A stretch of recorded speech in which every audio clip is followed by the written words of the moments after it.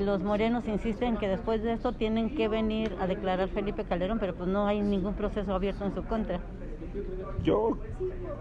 Me parece bien si se le exige cuentas a Calderón. El problema es que hayan seguido la misma estrategia de seguridad que marcó García Luna en el sexenio de Felipe Calderón, en lugar de iniciar un cambio de estrategia. Y el problema es que tengamos que esperar a que actúe la justicia de Estados Unidos, porque la justicia en México permite la impunidad, alienta la impunidad y es omisa frente a los casos graves de corrupción, de delincuencia, de enriquecimiento que hay en México. ¿Estarías de acuerdo en que lo extraditaran para que venga aquí a purgar su sentencia o que lo mantengan allá?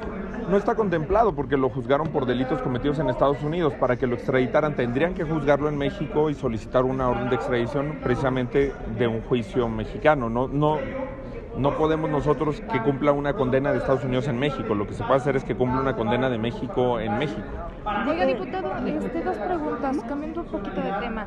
Sobre este actuar del Comité Técnico Evaluador y esta falta de información que ha tenido desde el primer día de registro de aspirantes a consejeros del INE, ¿cuál es su opinión al respecto? Porque al menos a la prensa nos ha complicado un poquito la solicitud de información. Lo sé, escuché, por ejemplo, en la mañana Maru en el reporte que daba. Ahí hay dos componentes. Uno es el componente de que los perfiles que se eligieron, desgraciadamente volvemos a empezar de cero. Nosotros por eso 2 de los 3 perfiles que propusimos en la terna eran personalidades que ya habían estado en el Comité Técnico Evaluador. Cuando planteamos el tema de Blanca Heredia, cuando planteamos el tema de la doctora Blanca Heredia, de la doctora Ana Laura Magaloni, era gente que ya había estado y había hecho muy bien esa función. Y el segundo tema es que sí hay una sentencia del Tribunal Electoral del Poder Judicial de la Federación que le dijo a la Jucopo que nosotros no podíamos pedirle al Comité Técnico que nos diera informes. Eso dice la sentencia del Tribunal Electoral del Poder Judicial de la Federación y creo que con eso, pues digamos que la mayoría se aprovecha de esa sentencia para usarla como pretexto para no transparentar y no estar informando y no estar dándole máxima publicidad a un proceso que yo coincido con lo que han dicho los medios de comunicación y la fuente debe ser de público y deberíamos de saber pues cuántos se inscriben. De hecho, a mí me extraña que no haya más publicidad y más insistencia en recibir perfiles. Estamos a 2 días de que se cierre la convocatoria, el registro de personas aspirantes al Consejo General del INE y me preocupa que no haya énfasis en ese sentido. Hay un plan con maña para que no que venga más gente a inscribirse y bueno, digan, aquí nomás llegaron estos y son sus cuates. Sí, es una interpretación a modo que justamente tiene ese propósito de no darle publicidad a la convocatoria, de no masificar el proceso y de lo que ellos han dicho con todo el cinismo, porque de eso no se les puede acusar, de falta de cinismo. Desde que vino Adán Augusto, el secretario de Gobernación, les dio la instrucción de que fuéramos a la tómbola, de que fuéramos a la insaculación y que eso favoreciera también un proceso en el que no se está convocando a la gente a participar.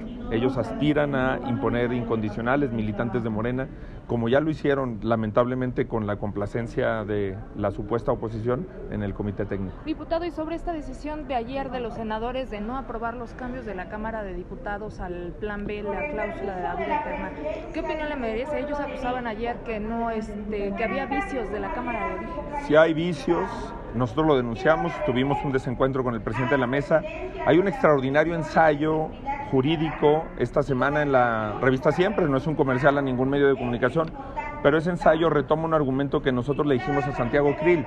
Él violó el procedimiento legislativo, dijo que había cambios y no discutió en lo particular, y lo que impide la Constitución es que un mismo tema se discuta 2 veces en el mismo periodo ordinario de sesiones. Entonces yo sí creo que hay irregularidades en el dictamen. No estoy igual que pasa con el tema de la sentencia del tribunal. Creo que lo que hacen los senadores pues es una interpretación a modo que les conviene porque nada más agarran un pedazo, digamos, de esa anomalía, de esa ilegalidad y deberían de haber hecho un replanteamiento de todo el proceso legislativo. Se violó porque la Constitución establece que un mismo tema no se puede debatir dos veces diferentes, dos veces distintas en un mismo periodo de ordinario de sesiones, y nosotros ya habíamos rechazado una reforma electoral. Se tuvo que haber esperado a este periodo ordinario de sesiones para discutir la reforma electoral. Diputado, bueno, con motivo de esta sentencia se hizo un grupo de trabajo para revisar las atribuciones del tribunal. En la mañana Ignacio Mier sí nos comentaba que sí van a buscar reformas para el tribunal. ¿Ustedes están de acuerdo con eso? Y preguntarle también si ya tienen el integrante del grupo de trabajo. Sí, nuestro integrante será el diputado Pablo Gil Delgado de San Luis Potosí, y nosotros no queremos reformas electorales en este momento. Nosotros queremos que haya reformas electorales a partir de junio del 2024, una vez concluido el proceso electoral, o entregadas cuando menos las constancias de mayoría a quienes sean electos en el próximo año. No es el momento para una reforma electoral de ninguno de los órganos. Ok, entonces ustedes de plano no irían con ninguna modificación. No, porque le restas tu certeza al proceso electoral. De por sí está contra las cuerdas el INE con estrangulamiento presupuestal, y si tú modificas las reglas del juego cuando el juego ya está a punto de comenzar, creo que le quitas certeza al proceso electoral. Diputado, sobre el desvío de recursos o la opacidad en los recursos para las obras emblemáticas, Tren Maya, Dos Bocas, otra vez detectadas por la Auditoría Superior de la Federación, ¿cuál es su opinión al respecto? Pues es preocupante, pero es una cuestión que hemos combatido desde hace tiempo.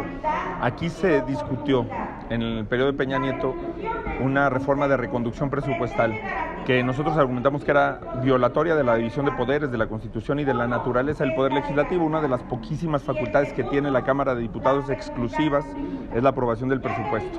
Y en esa reforma impulsada por Peña Nieto se le agregó, como era el virrey de este país, Luis Videgaray, que la Secretaría de Hacienda pudiera hacer acuerdos de reconducción presupuestal.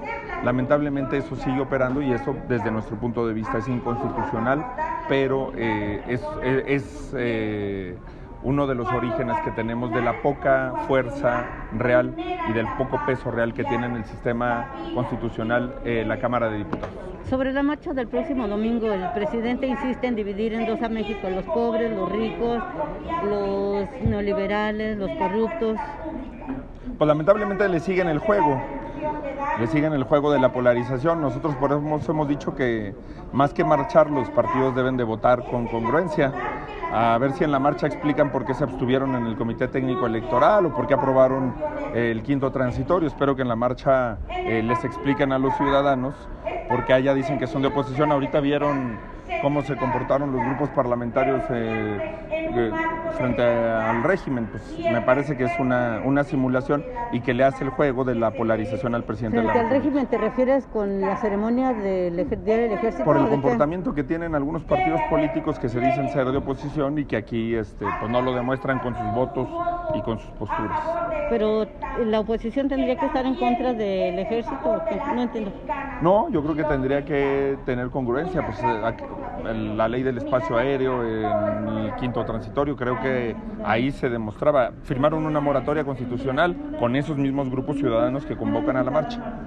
Diputado, perdóneme, acaba de llegar mi camarógrafo. Sí. Ya sé que ya le pregunté, pero su opinión respecto a la opacidad en los recursos del gobierno federal para las obras emblemáticas. Sí, bueno, creo que es una decisión muy mala que se tomó en el sexenio de Enrique Peña Nieto de reformar la ley de presupuesto y responsabilidad hacendaria para agregar una facultad presidencial discrecional que se le denominó reconducción presupuestaria y que obedecía al poder que en ese momento tenía el secretario de Hacienda, Luis Videgaray, y que hoy se sigue ejerciendo y sigue permitiéndole al gobierno que, sin pasar por el Congreso, violando una facultad exclusiva, violando la naturaleza de división de poderes, se dé un ejercicio discrecional y opaco del gasto público que se ha ido a la refinería en Dos Bocas, al Tren Maya y a justificar caprichos presidenciales que no tienen viabilidad y que no son una prestación que se le va a dar al ejército. Les han vendido la idea de que de ahí van a salir las pensiones de las Fuerzas Armadas.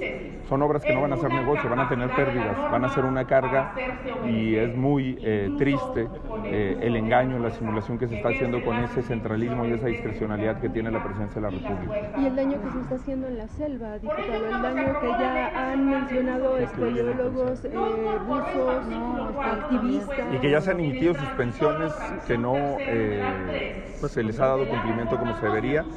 Organizaciones internacionales estudios, incluso los propios estudios de impacto ambiental que se mandaron a hacer por parte del gobierno federal y que no fueron tomados en cuenta. ¿Podría este daño ambiental llevar al presidente como se llevó al desafuero la suspensión de un amparo o la violación a un amparo? ¿La violación a este amparo podría significarle también un juicio político o un desafuero? Yo espero que en algún momento en este país acabemos con el revanchismo político y la polarización.